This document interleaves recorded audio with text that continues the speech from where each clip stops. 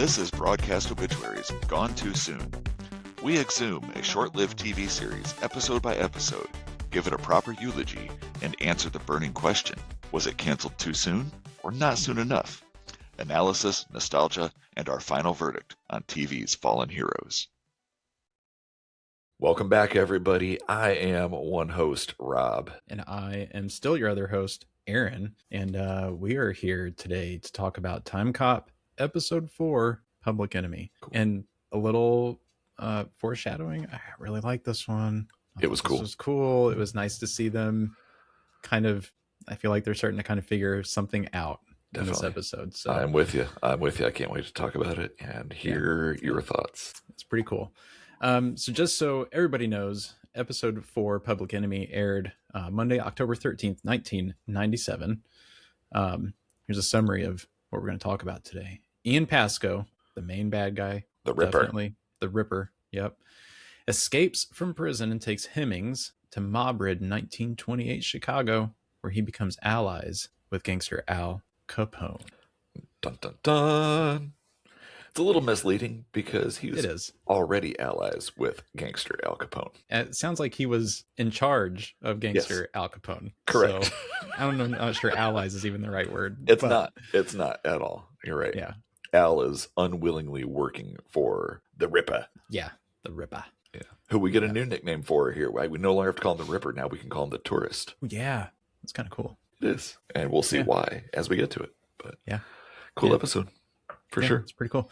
So before we talked about it, I watched Project Hail Mary. Awesome. Rob and I were just talking about that. So he'll clip that and maybe fit that conversation in here, I'm sure.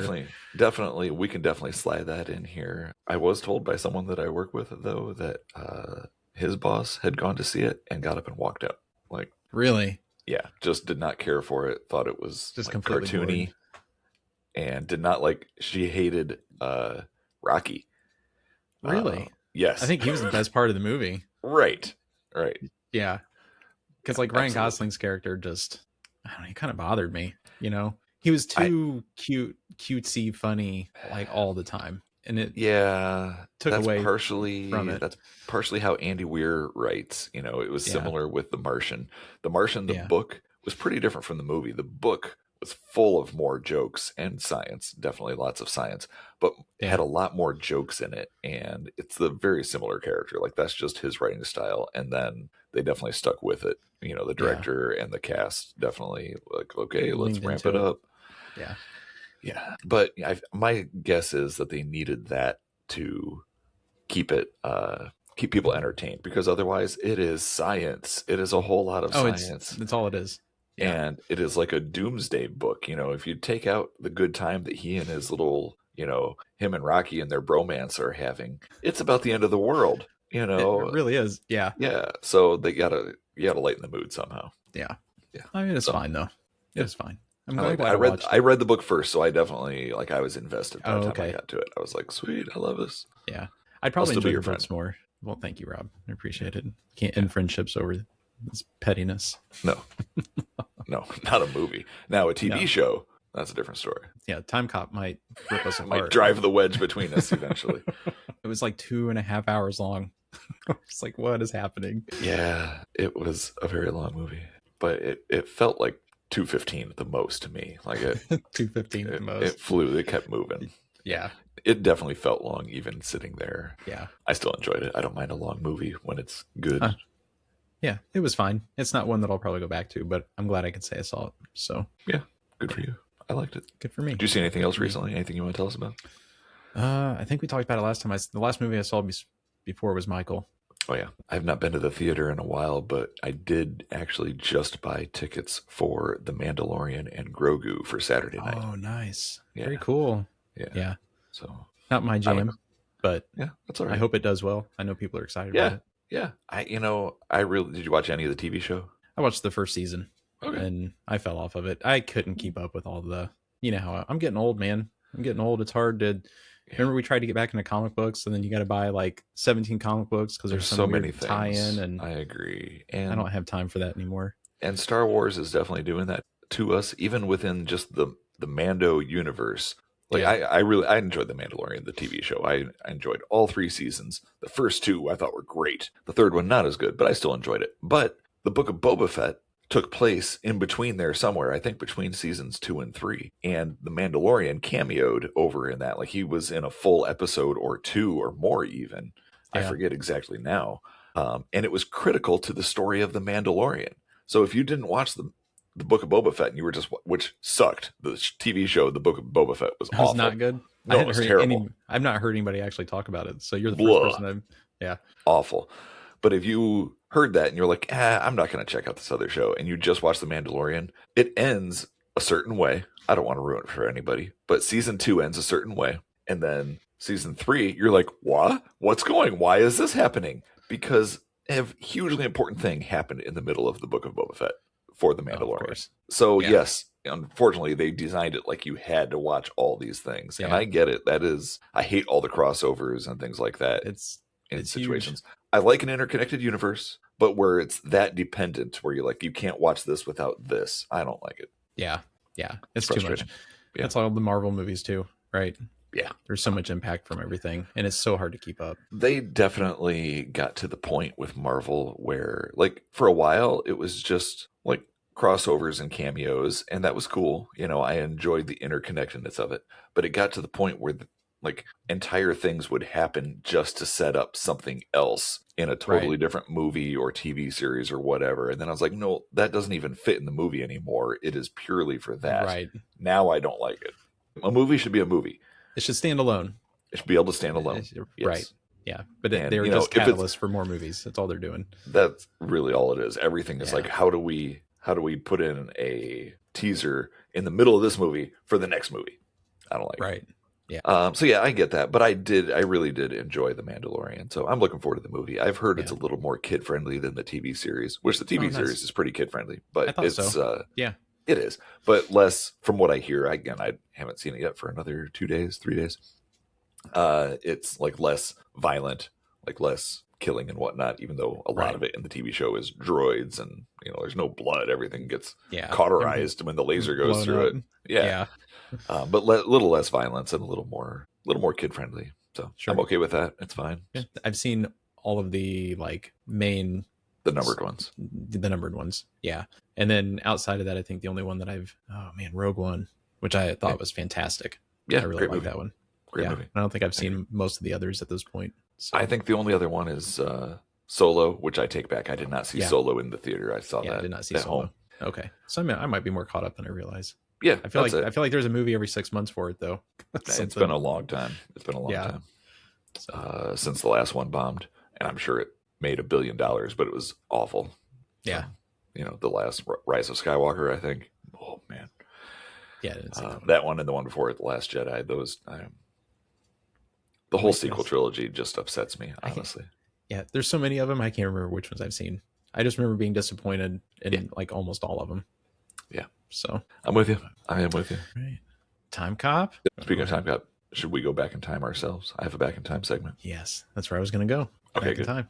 Great. Let's go back in time. Back in time. Back in time. Back in time. Oh, are we getting back in time Inception too? We will. We are incepting as well. We sure will. So let's start with 1928. It's very interesting. We're going to start with when our TV episode here came out. And October 13th, 1997. And this is a TV episode. We don't look at TV too often. I want to look at the top TV programs back at this time. And what we're going to look at is the top TV shows for the whole 97-98 season. And we're going to look at the top 12. I know this is going to shock you, but Timecop is not on this list. What? I know. I am shocked and disappointed. It's bonkers, right? Yeah. So let's... I'm not going to make you guess. I like to make you guess these sometimes. I'm so bad at it. It's going to be Home Improvement. Married with number Children. 10. Tied for number 10. Home Improvement. Yeah. I won't make you guess. I like to include you. I want you to play along. Yeah. I hate listening to my voice for so long, but maybe we can talk a little bit. I know, right? Having to listen to this. All right. Here they are. The top 12 TV shows 4, 97, 98. Number 12, Just Shoot Me. Did you ever watch Just Shoot Me? David Spade? Yes. Okay. Yeah. It's like a fashion magazine. Yep. I think he's the receptionist or secretary or something. Yeah. Yeah. I do remember that one. Yeah. That was like a really popular sitcom setting at the time, like Office. Yeah. You know, Murphy Brown, those kind of shows. So yeah. It was either people hanging out or work. Like right. Those are the places they knew to set TV shows. Yeah. Speaking of which, tied for 10th. I already mentioned Home Improvement was one of the ones for 10. The other one tied for 10th is Frasier, which takes place both at work and at home. Yep. For him. Yeah. The spinoff of Cheers, which was fantastic. I think we've talked about Cheers. That's one of my favorite shows. Yeah. I never got into it too big. A few years ago, we watched a few episodes. When I was a kid, I didn't watch it because my parents didn't watch it. Yeah. Yeah. We watched it a lot growing up. It was good. Nice. All right. So that's 10, 10, and 12. Number 9. I should have done a little more research here. I'm sorry. Number 9 says CBS Sunday Movie. But so this is... You don't know what it was? Well, and I guess there wasn't any one specific movie because that's just what they had every Sunday night. This is for the entire season. It's just the general block of time. Was that really block popular. of time. Yeah. Okay. So gotcha. I don't know what they maybe had in there, sadly. Yeah. Number 8. I thought you were like reading placeholder. Like that's what I thought it was at first too, and then I realized, oh no, this is considered a program because it was every week. Yeah. Number 8 is a sitcom called Union Square. Do you remember this one? Did you see it? I don't remember this one. Hold on a second. Let me pull it up here. It sounded familiar to me, but I did not ever watch this. So this was a 1-season TV show. So this was right up our alley here. It lasted 13 episodes, and it is a sitcom. Yeah, it's an ensemble sitcom. It follows a small-time actress who decides to quit her job working at a Miami gift shop and become a Broadway star. Mm. Yeah, didn't have any real big names in it. Yeah, but somehow it was number 8 for the entire season. Wow, that's kind of weird. And then it got canceled. Yeah, well, the grumblings were there. Yeah, yep. Number 7 was 60 Minutes.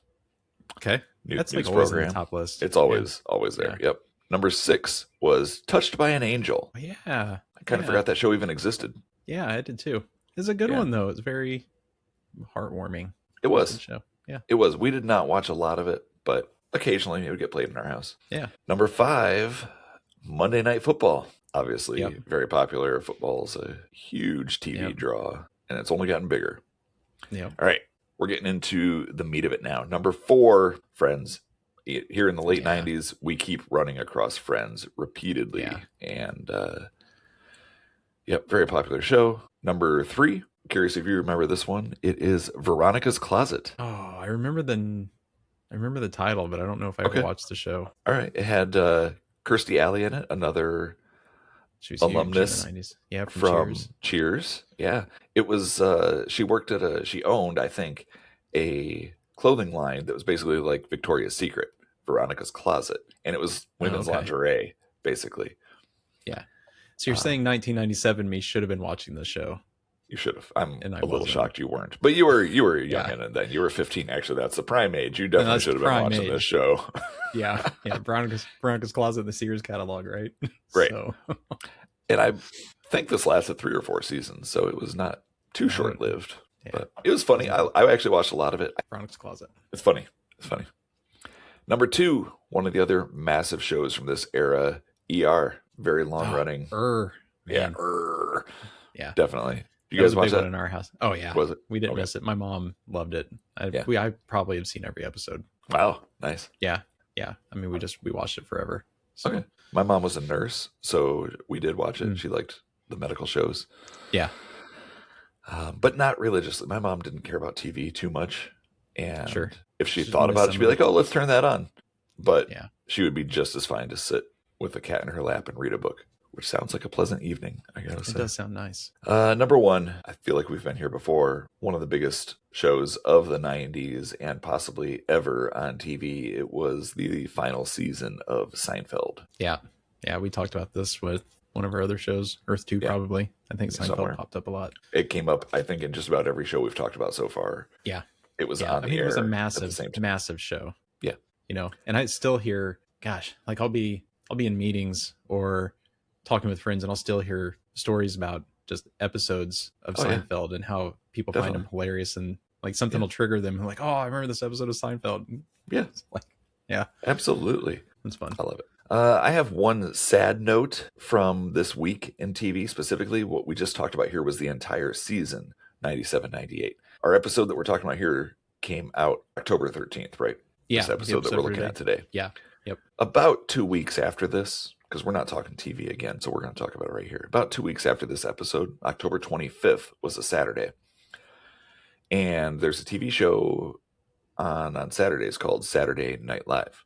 You may have heard of it. And on October 25th, the show was hosted by Chris Farley in what would become his final TV appearance. He would die just shy of 2 months later in December. Yeah. And I watched that one live. I don't know if you were watching the show back then. I did watch that one live. That was the heyday for me, like that era. Yeah, I was watching it too. I don't remember if I watched that one. I probably did. But yeah, that was like, for me, that's my SNL cast. Me too. You know? I mean, when he was on the cast was the best years, in my opinion. This was shortly after, so this had other people in it, like Sherry O'Terry and Molly Shannon and Will Ferrell. That was like the next cast, which to me is that's not my cast. I like them. That's fine. I like them too. Yeah. But for me, it was the like 94, 95, 96, right in there. That was the sweet spot for me. Yeah. Phenomenal. But it was great to see him come back. But it was, even watching it, like it was uncomfortable watching this. I can remember still being like, man, this is so awkward. Like it felt awful. They're making all these drug jokes and fat jokes, and he was struggling with both. Yeah. And it was awkward. It was tough. Yeah.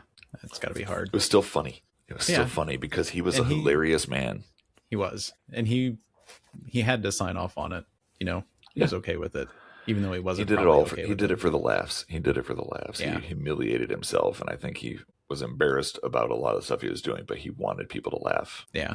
He was committed. He was. That's the end of our regular Back in Time. It's time to incept in our Back in Time here. We're going back to the date of this episode. They gave us an exact date. It was June 14th, 1928 is when we're going back to. So what was going on in pop culture or just the world? Actually, this is pop culture here. I'll have to give you a little caveat on that when we get to the third thing. So most of this is just from the year 1928. And on November 18th, 1928, Disney's Steamboat Willie premiered. Oh, man. And they officially introduced Mickey Mouse.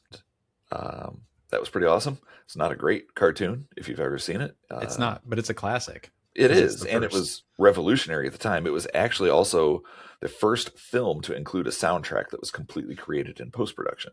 That included that's cool. I didn't know that. Sound effects, all of it, dialogue, everything was done like that. So it was the first film. And so it was just everything back then was just kind of an amazing feat of like, what can we do?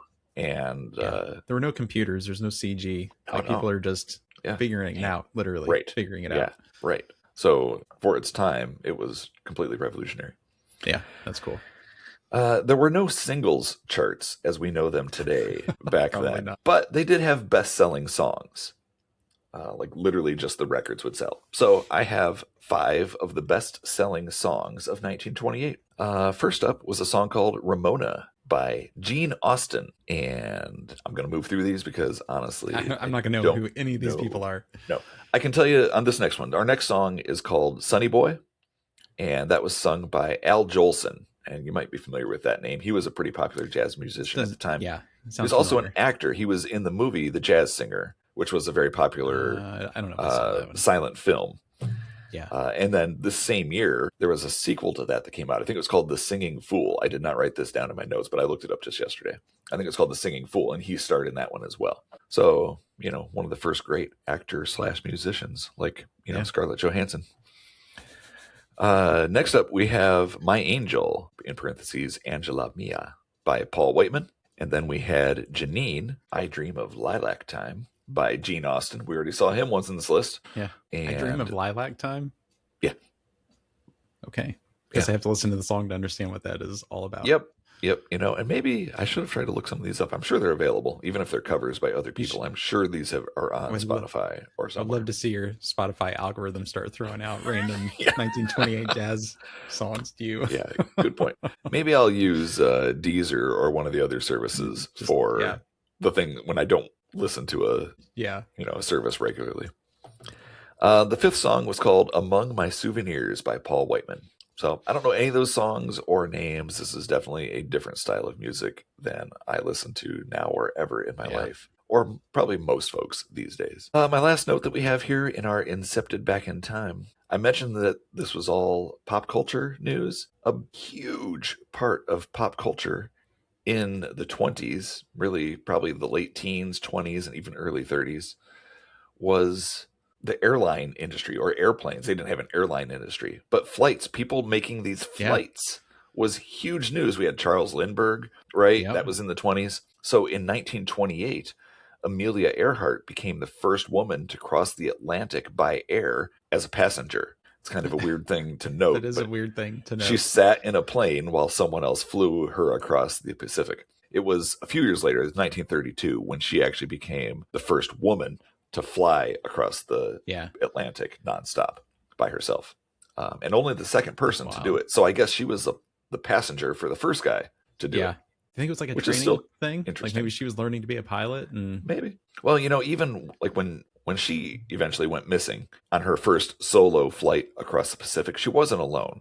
She had a guy in the back, Frank Noonan, who was like navigating and helping with other things. And I think that's his name. Don't quote me. This is stuff I'm remembering off the top of my head. Maybe that's kind of what she did.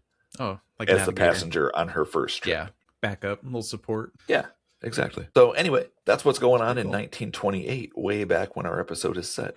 Al Capone was a gangster in Chicago in 1928, or in the Prohibition. So hey, that's the end of our Incepted Back in Time and our regular Back in Time. It's really funny to listen to like the 1928 because I'm like, I don't know. Steamboat Willie was it. I was like, I don't know. Everything else, I don't know what you're talking about. No, definitely not. But interesting to hear even just the names of songs and how things kind of went back then. So today we are talking about the episode Public Enemy, which was what Al Capone has been referred to as over the years because we're going back to see Al Capone. So this episode starts and we do see the Temporal Detention facility, and it is June 14th, 2007. He's going to go back exactly, I didn't calculate it here, about 80 years, I guess, but he's going back to June 14th, 1928. I guess that's 79 years, right? We see Ian Pasco, a.k.a. the Ripper. He's in his cell, and he is locked up in there. He's got an inhaler. He's breathing on his inhaler. A psychiatrist comes in to see him. Yeah, did you even know he had an inhaler or needed an inhaler? I didn't. I was like, oh, he's got asthma. Does he really, though? I assume that is all part of his escape plan here. Yeah. So psychiatrist comes in to see him. He wants to find out why he's so compelled to alter history. He asks Pasco about a letter that he's received. And he says, I don't have to show you because of the Fifth Amendment, which is the amendment that means you don't have to incriminate yourself in court. Right. Which doesn't really apply here because he eventually just hands the letter to the shrink anyway. I know, it's weird. But an interesting note, he says that he whispered the idea to Thomas Jefferson. Yeah. And those are the little things I really like about this episode. He goes later on, and we'll talk about it. He goes on like a little monologue about all the things he's done in the past and the future. Yeah. And I was like, pretty cool, dude. That's when I started to really feel like this was a cool episode. Yeah. Yep. So he takes the paper. I mean, the shrink kind of looks at it and it's gibberish. What's written on there? There's been things cut out of it. There's literal holes in the paper. But it's like something like a crazy person pasted together for magazine clippings and stuff. Right. Some kind of rant. So Pasco takes it, though. He balls it up and he drops it into his cup, and it starts to smoke and steam, and it's a poisonous vapor of some sort. He's sitting there using his inhaler as a breathing device, basically. I think they say later it was like ammonia, ammonia gas or something. Yes, which, if it's mixed correctly, to do that, like to knock the shrink out, it would kill Pasco as well. He would not be able to be in the same room with he had that little inhaler that he was just... But we also see him talking at various points. I know. Yeah. So a guard comes running in, he knocks the guard out, and we need to put together like a supercut of all of the terrible jokes from this show. But like he says Elvis has left the building and just cackles at his own joke. I'm not even sure what's funny about that. It wasn't. It wasn't. Okay, good. I'm glad it's not just me. Yeah, no, because I didn't laugh at half of them this time. I was like, oh, what are we doing here? So Logan shows up at his office now. He learns that Pasco has escaped. They're trying to figure out, how he got out of there. He actually took a guard's thumb to get past the fingerprint scanners. The fingerprint scanner. Yeah. What a jerk. Yeah. And let's see. They decide to take a look at the letter that he received. And they only have a copy of it. They scanned it. And they're looking at it. They find a watermark on there. And they realize that the watermark is not actually a watermark, but it's a code. And it's Hemmings's address. Mm-hmm. So they realize he's after Hemmings. So they're trying to warn her. They can't get through to her. She's driving an electric vehicle, parks it at a charging station, which I thought was very prescient. Those didn't get to us in 2007, but they got here eventually. Yeah. Also, it looks like a normal car. If you remember Max Walker's car in the movie Timecop, that did not look like a car. It did not look like it was a future car all the way. Like they just took a bunch of bits and bobs and glued them on and said future car. No windows. That's the future. That's in the future. 2004 is going to be amazing. Yes. But she parks and Pasco is there waiting for her. He captures her and he forces her to take him into the TEC. He's going to use her as a meat shield. Yeah. Yeah. I'm going to go back for because there's something about these shows that always get me when I want to say McNulty, but that's the character's name when he's in Trancers. Matuzak? Matuzak, yeah. When Logan and Matuzak are talking, and Matuzak's like, "Oh, you're just obsessed with this Pasco guy, and he's not this giant genius," and blah blah blah. And Logan's like, "Yeah, he is. Like, he's special. There's something about him, and he's gonna want his watch back." And it's just always funny to me that the boss is always downplaying the guy who's literally doing the work every day. And he's like, "You don't know what you're talking about." Yeah. Come on, you knucklehead. Yeah. You get him out of your head. He's just in your head. Yep. He's nothing. He's nobody. He's a nobody. You're the contender. Right. All right. So they run into him basically there at the TEC. In my mind, I assumed that the detention facility was at the TEC, but it's a different place totally. Yeah. So they go in there. Pasco is holding Hemmings hostage. Logan asks him who sent him the letter, and he says any 13-year-old could figure it out. Mm-hmm. I mean, did you realize at this point that it was his younger self that sent it to him? I kind of had an inkling at that point. I was like, oh, okay. Because they keep talking about we got to find 13-year-old Pasco. Right, because in 2007, Ian Pasco is only 13 years old. Right. I was just like, well, that's kind of a blatant clue to this, but that's fine. So he wants to get his pocket watch. It's in the vault, and he wants that so he can go do fancy time stuff. Yeah. And they basically make a deal. He says, I'm taking Hemmings. I'm going back to 1928. You're going to send me there. And if you send us somewhere else, I'm going to kill her. If anything bad happens, I'm going to kill her. She's dead. Her life is in your hands. You need to get me out of there. Do it. Yeah. Yeah. And he and Hemmings time slid out of there. Yeah. It was funny because they kept making the assumption that he was using a rogue time sled. Yeah. And they keep talking about it like, oh, there's like thousands of rogue time sleds out there. Yeah. Like we just build them and lose them and whatever. Someone stole it again. But the Ripper makes a point of saying, oh, I would never use a rogue sled. I don't trust that. Yeah. So when he said it originally, I assumed he was talking about all time sleds because his pocket watch is a different kind of time device. I heard it as he's not getting in a time sled. And then I realized he meant the rogue ones a little later. Yeah. So they time sled out of there, and Logan and Gene Matuzak are trying to figure out who they got to talk to get the pocket watch out of the deep storage vault.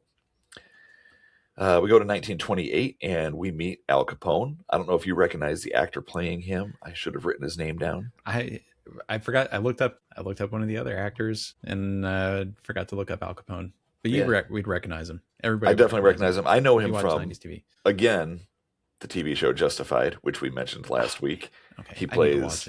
He's a recurring character in there for a while. He's an enforcer, kills some people and whatnot. He's pretty cool in that show. I liked him much more in Justified than I did here.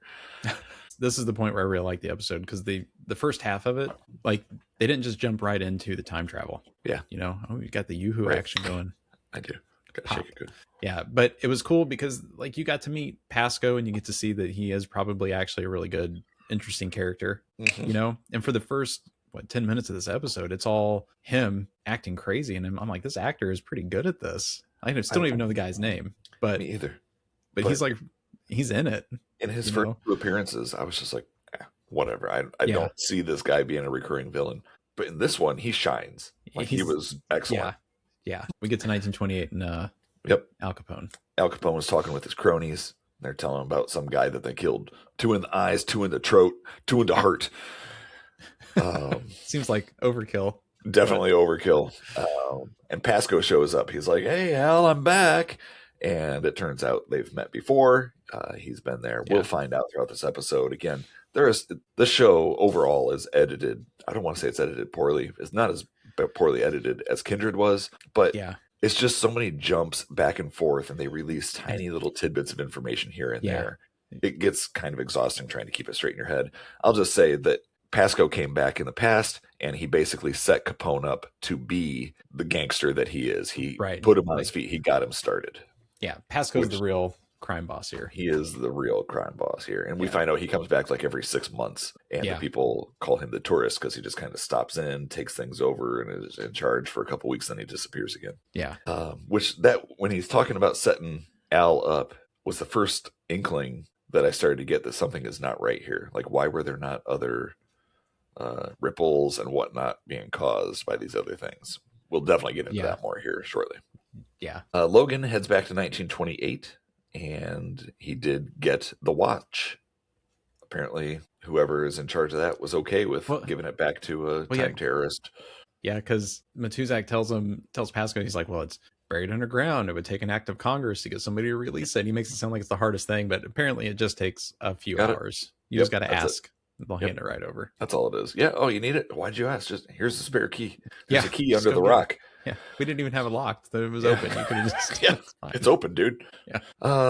So let's see. Pasco and Capone talk. Hemmings is forced to change her clothes into like a flapper style dress of the era, and there's some jazzy music playing at the same time. Logan arrives. He comes back to the past, apparently inside of a funeral home. And we see all the lights inside. He steps outside, and there's a tribute there to a dead man. And he thanks the guy for his suit. Yeah, that was messed up. Gross, right? He took that guy's suit? Yes. Dude. Took the suit off a corpse? Come on, man. Jeez, Logan. Gross. What are we doing? Easter and Matuzak, back in 2007, they're talking, and they realize that Pasco has probably been to 1928 before, because they're not getting any ripples from him being there. Mm-hmm. And this is where we also learn that Ian Pasco is the one who sent himself that letter. His 13-year-old self in 2007 sent the letter, actually hand-delivered it right there to the station. Like a kid walked in and dropped it off. Why did not anyone wonder why some kid was delivering a letter for someone, a time traveler who's been locked up from the future? And they've been looking for him. Yeah. They knew they've been looking for this kid. So like, wouldn't the entire prison system or wherever like have that photo posted and like you would know? Yeah, they should. We go back to 1928. Logan is there. A train station worker is talking to him. He is basically like, "Hey man, this is Chicago. You're not meeting somebody under the clock, are you?" Well, in that case, I think it's time for my coffee break. Is there something I should know? This is Chicago, my friend. It's a sucker setup. That's right. But then he doesn't go anywhere, and Logan actually uses him. Yeah. I don't understand. But Logan meets up with Pasco, and Pasco has a gunman. It's Al Capone. I honestly did not even recognize him at this point in the show for some reason, but maybe because he's wearing a hat. I thought it was just a random henchman. No, it was Capone. Oh, okay. I didn't even catch it at all. You didn't recognize him either. No. But Pasco says, you give me the watch, and Al Capone over there will bring Hemmings back to you. Oh, I missed it. Yeah. But Logan doesn't have the watch. He gave it to that porter that he was talking to earlier. So weird. He whistles and the porter just dangles his watch after saying, "I don't trust this town. I don't like it. I got to get out of here. I don't want to die." And all of a sudden he's helping Logan. I was like, okay. Yeah. It doesn't make any sense. So they're going to make the trade. Everybody's moving. All of a sudden someone jumps up out of a chair and he says, "Everybody freeze." And it's a treasury man. He's there looking for Capone. Everything goes sideways. People start shooting. There's laser guns firing, which they can't find any empty shells for later. Yeah, pew, pew, all that. Pasco escapes, and the treasury man, who we quickly learn is Elliot Ness, detains Logan. Also, Elliot Ness is played by Ron Livingston. I know. That's awesome. I was is like, that who you were looking up? Yeah, because I saw him in Office Space, obviously. I mean, that's where everybody knew the guy. That's where we all know him from. And here's something else, Bob. I have 8 different bosses right now. I beg your pardon? 8 bosses. 8? 8, Bob. So that means that when I make a mistake, I have 8 different people coming by to tell me about it. That's my only real motivation, is not to be hassled. That and the fear of losing my job. But you know, Bob, that'll only make someone work just hard enough not to get fired. He's done plenty of other stuff. I really liked him in Band of Brothers. He was excellent. He was really good in that. He was good in that. Everybody was good in that, though. That was such a great show. Yeah, it really was. But yeah, I was tickled. I was like, oh man, like this is great. And this is probably before he was like big. This is like probably, I imagine, one of his first jobs. Definitely. So Office Space came out in 99. This came out in the fall of 97. So yeah, it's pretty cool. Yeah. I don't think he really got big until Office Space. And that was like his first starring breakout role in anything. But I thought it was super cool to see him here. Very exciting. Somewhere else, Pasco and Capone are talking. They met back up again. And I guess Capone had some guy named Eddie tailing him. And so Pasco kills Eddie and puts him into a violin case or something. It was very unclear what he put him in. Hemmings brings it up later in the episode and said that he eviscerated him. The guy that was tailing him. I was like, I see. I missed that. Yeah. All right. So Pasco said he wants to see the lady, Hemmings. Should we ever call her Claire? Her first name is Claire. I feel like we should call her Claire sometimes. Okay. He wants to go see Claire, and he wants to take her out on the town. Meanwhile, Logan goes to talk to a shoe shiner, and he... This part killed me. So what happens here? They basically talk to the guy, and he tells him that the tourist is the man behind Capone. That's the main thing we learned from this guy. What was funny about it for you? Just that the shoe shine guy had all the dirt, like so much. This guy comes every 6 months. He shows up, takes over Capone's thing for a little bit, and then he leaves. And then he comes back. And I was like, how does this guy know all this? I mean, I guess back then he's talking to people all the time, and he's probably shining mobster shoes. So they're talking, Probably. Yeah, they're having I guess it kind of makes sense, but it's always just having their conversations while he's down there at his feet going, yeah, I'm not listening. Yeah. But I just always find it funny when there's that one guy who knows everything and they just happen to run into him. Yes. So, okay. Back in 2007, Easter finds a whole bunch of pictures of Pasco in the newspapers from 1926. That was weird, wasn't it? He Yes. was a part of all of these events. Yeah. I don't even know what they talk about here or later because I didn't take that specific notes, but like they found him in pictures about the Hindenburg explosion, the Titanic going down, all these things they're finding pictures of him at. Yeah. But they're not getting any ripples. And he says Pasco is supposed to be there, which he doesn't understand and we don't understand for sure. I thought that was pretty cool though. I was like, ooh. Yeah, me too. That's the storyline that I was interested in here. Yeah. We go back to 1928. Logan and Elliot Ness are having a talk. They go to the speakeasy where Pasco is listening to some music with Claire Hemmings, to use her full name. And Logan knows that the watch that he's holding, the pocket watch, is the key to all this weird time travel that's going on. And he hints that to Pasco. Pasco asks him, hey, how far back have you traveled? How far back in time have you journeyed? Oh, come on, don't be shy. Tell me. A couple of 100 years.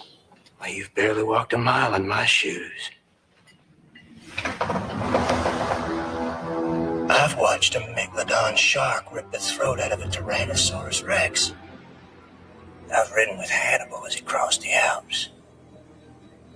Sat on the wall of Jericho as Joshua stormed the gates. Walked through the ashes of Hiroshima and Nagasaki.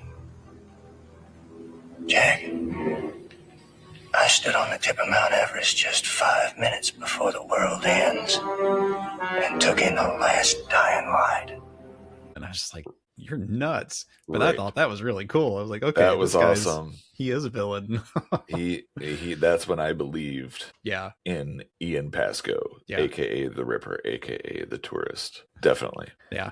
That was pretty cool. So they decide to make a switch, and Logan gets his hands on Claire, and he gives Pasco the watch, and Pasco runs away, gets outside, and he realizes it's not his watch. I thought that was a weak thing to do there. I thought for sure he would have known. He would have known. Yeah, and he gets outside and he looks at it, and he's like, Elliot Ness. I think he had his name written on it. And I was like, why would you not check it before you gave Claire away?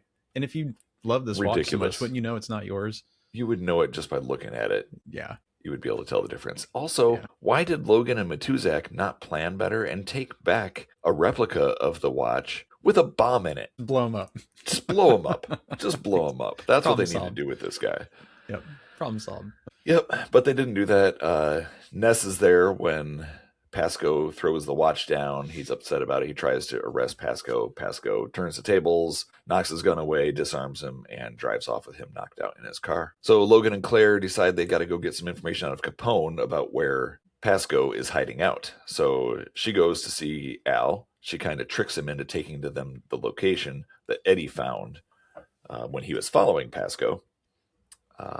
And then she and Logan, I don't know why they didn't just play it out and be like, yeah, let's all go. But instead, they take Capone prisoner, make him drive him there, and then knock him out and leave him there in the car honking the horn. Yeah. Now, some of that seemed a little like they just didn't know what to do with Capone anymore. Yeah. So they're like, I'll just knock him out. What do we do with this guy? Yep. Yeah.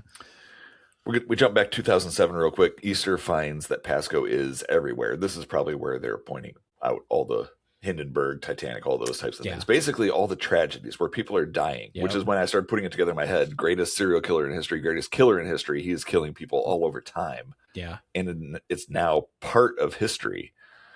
And they realize Easter says something like, "What'd you find?" The question is, what didn't I find? Pasco's everywhere. It's got to be some sort of computer virus. Pasco's the virus. And look, there he is on the deck of the Titanic, in the crash of the Hindenburg explosion at Chernobyl. On a hill at Lockerbie, Scotland. Oh, my God. This guy makes Zelig look like a shut-in.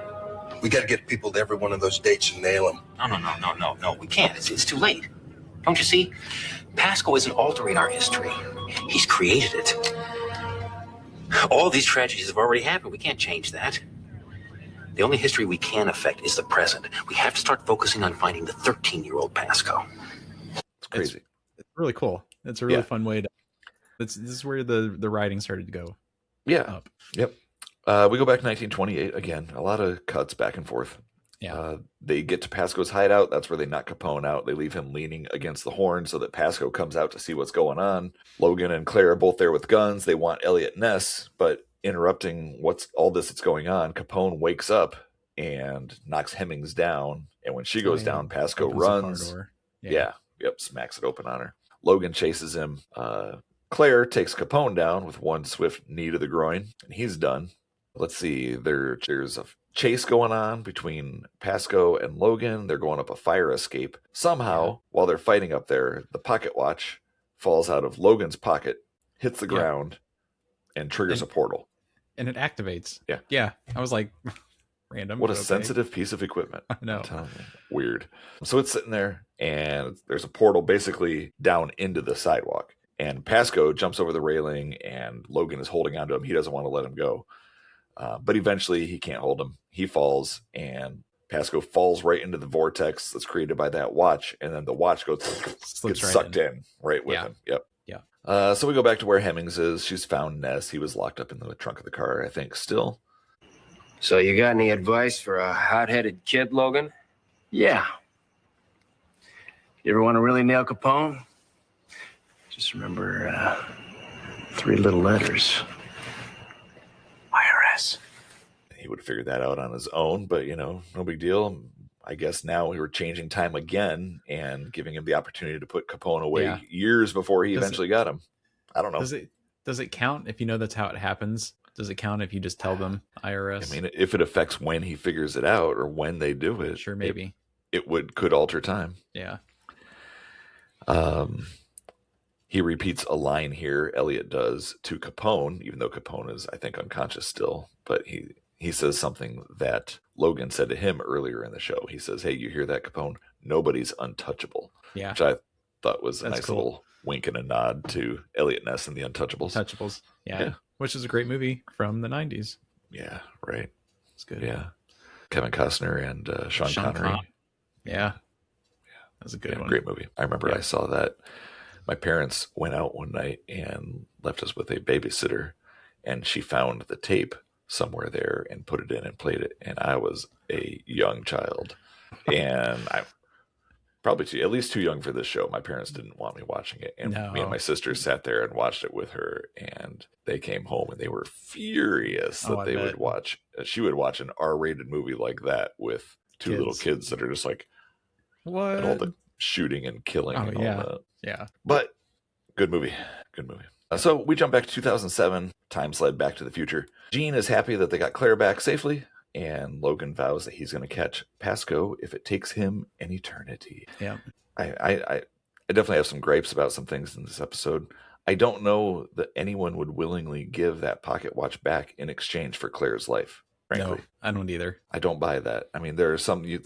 They're negotiating with a terrorist, basically, a time terrorist, and who knows what chaos he is going to go on to do. How many more millions of people might die because of that? I don't see how. Keep it out of his hands. That's all you need to do.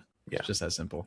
You figure out another way. Yeah, I think that's my issue, and like my real issue with just this series so far is like the last 5 minutes of a show. Every episode is just not good. It's convoluted chase scenes, convoluted fight scenes that don't make sense. They're just positioning people to just end it, and like there's never real resolution. Like the bad guy always gets away. Like he just always gets away, gets what he wants. And it's just like, well, so far the bad guy is almost always Ian Pasco. So well, that's true. I think we've only had one episode where it wasn't him. Yeah, and that bad guy died. He did, but they rushed the end of it. Like the end of it is just like they just cram it all in real quick. So yeah. What I did like about this one, though, among many other things, but this felt a little serialized. I love a good serialized show. Yes.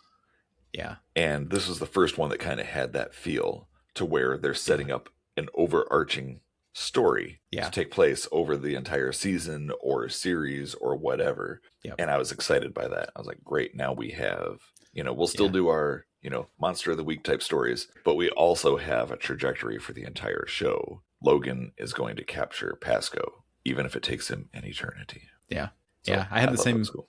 Yeah. I had the same feeling. I was like, oh man, serialize it. This is gonna be great. So yeah.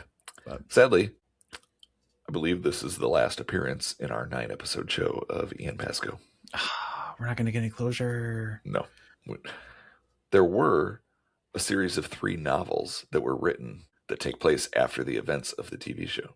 Really? So maybe it happens in there somewhere. Yeah. Wow. How did they get 3 novels out of this show? No idea. No idea. That's amazing. Yep. So anyway, what are your overall thoughts here? What do you think of this episode? It was really good. It was refreshing. I like that they focused in on the Ripper a little bit, the tourist, and you actually get to like learn more. And they add some really cool story. Like, man, the whole thing about he's creating history. He's not changing it. He's creating it. I was like, that's a really cool idea. It's just, let's just pretend there's no paradox, Yeah. He's just going to do it. Yeah. So I really liked it. If I was on my time sleds, I think I would have given this one like a 6. Yeah. I thought it was pretty cool. And I was excited. I was like, oh man, I can't wait to see where this goes now. And then you just popped my bubble. I know. I'm sorry. So, I should have asked you your rating before I popped the bubble. Yeah. It's okay. It's fine. Yeah. Yeah. I don't know. What do you think? I also really liked this episode. I thought it was good overall. I liked the setting. For me in this show, the setting is a huge piece. Yeah. I really liked Victorian London. I like the 50s. I like the 20s here. The one I did not care for so far was the 70s, just because it was too close to the actual time of the episode. Yeah. It just wasn't different enough. Yeah. Not enough had changed. Yeah. But the 20s, it's also just an era that I like. I love the TV show Boardwalk Empire. I think I've mentioned that before on our show. Phenomenal show set during Prohibition. Also features Al Capone. Very different Al Capone.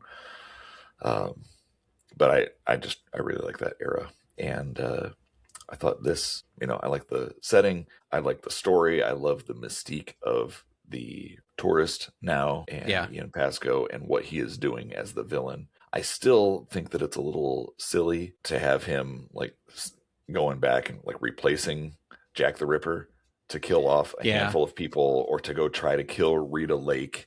Like he's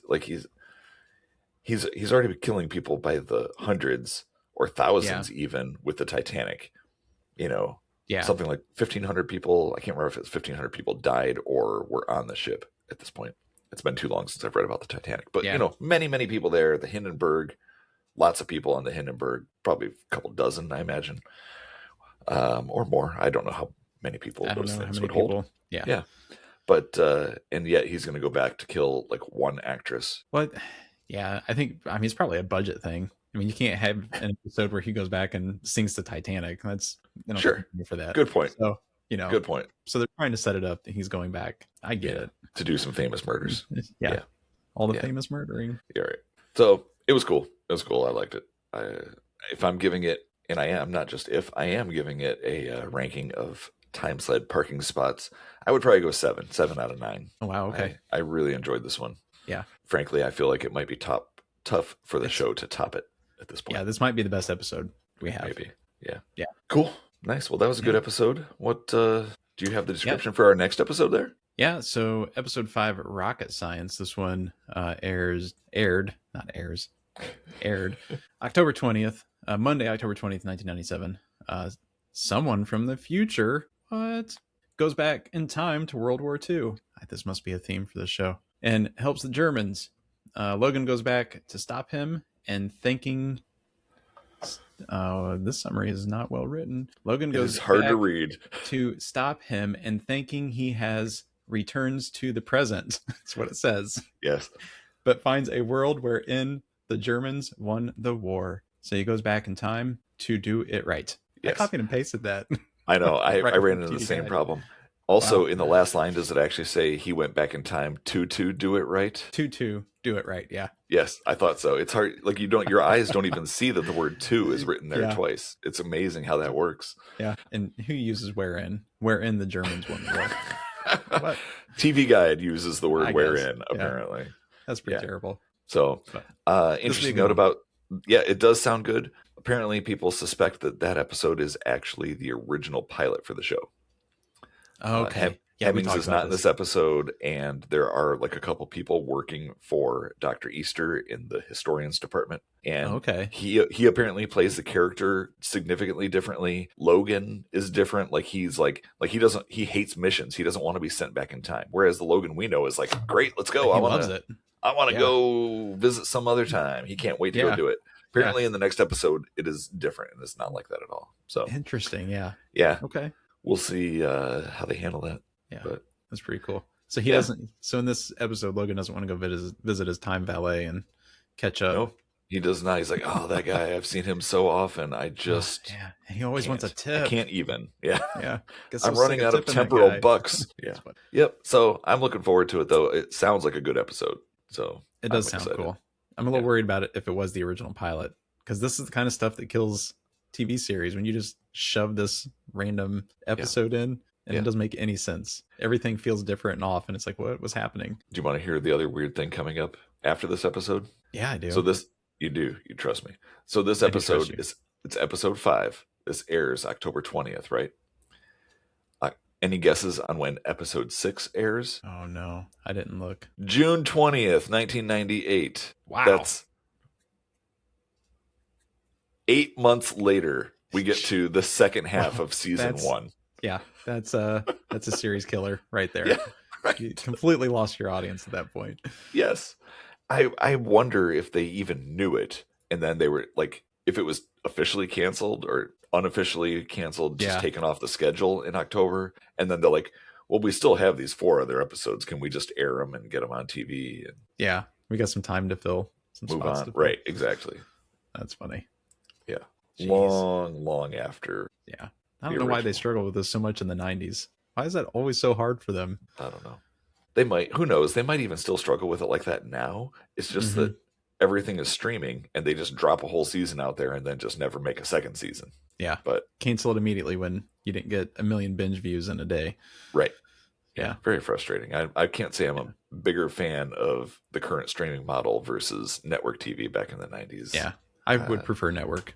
There's definitely issues both ways. I think we get some incredible content on many of our streaming services. Like they do great work on these shows, but they're also crazy expensive, so they can't afford to do multiple seasons, and they leave you with cliffhangers all over the place. It's very frustrating. Yeah. In my opinion. Yep. All right. We got anything else to discuss here? No, this is another good one. Yeah. I liked it. Best one so far. So far. Easy. Yeah. So easy judgment right there. Yeah. All right. Well, hey, if you're out there listening, I know you're out there listening. There's lots of you out there listening. We appreciate it. Make sure to like and subscribe wherever you listen to our show. Tell your friends. Tell everybody you know. Yeah. Play it for your dog. Like, whatever you got to do. Yes. Give your dog an extra stream. Like, they want to watch it all on their own without you. Right. Yeah. So you listen to it however you want, and then play it again for the dog later. Yeah. 100%. Yeah. We have a large following among canines, I'm sure. Made me think of Scrooged. You know how much TV cats watch? That's hilarious.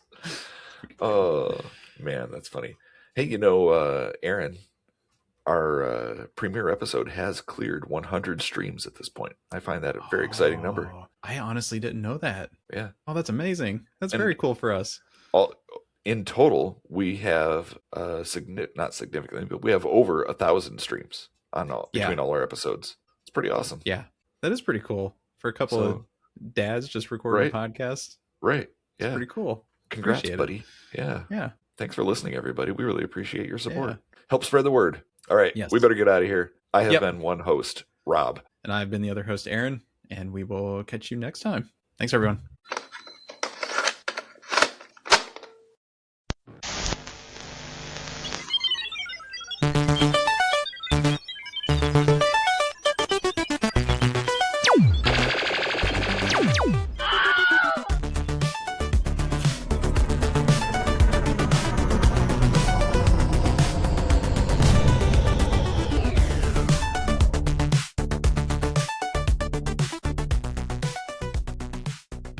One second. Yeah. Oh, itchy ear. Itchy ear. These earmuffs are itchy. Yeah. In my opinion, Star Wars is a children's franchise, and the rest of us are in it for the nostalgia. I imagine just about every Star Wars fan joined when they were kids, and they are still just fans to this day. It's not like we were children watching something that was intended for adults. When George Lucas created the original trilogy, it was for kids. So it just got more and more kid-friendly as it went along, I think. Yeah. I never got into Star Wars as much. I mean, I've seen the movies, but it was never like the obsession that it becomes for a lot of people. It was fun.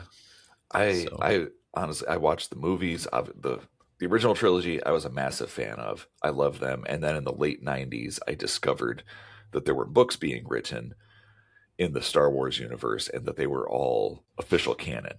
Most of them, anyway.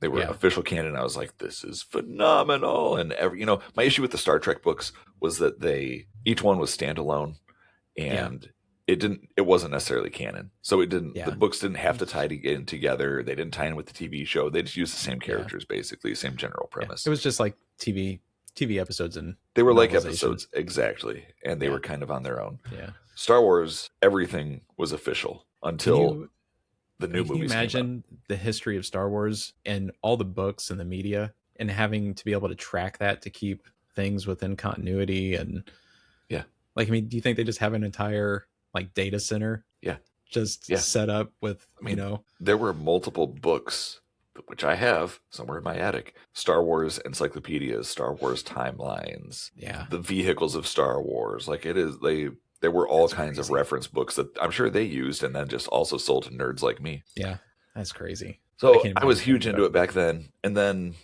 when the prequels came out, I was like, yes, great, finally. And then I saw the prequels and I was like, I think that's how everybody was like, oh, all right. Okay. Yeah. And my fanship honestly has waned quite a bit since the prequels came out, but I still go see them. I've seen every movie in the theaters, since the prequels. Yeah,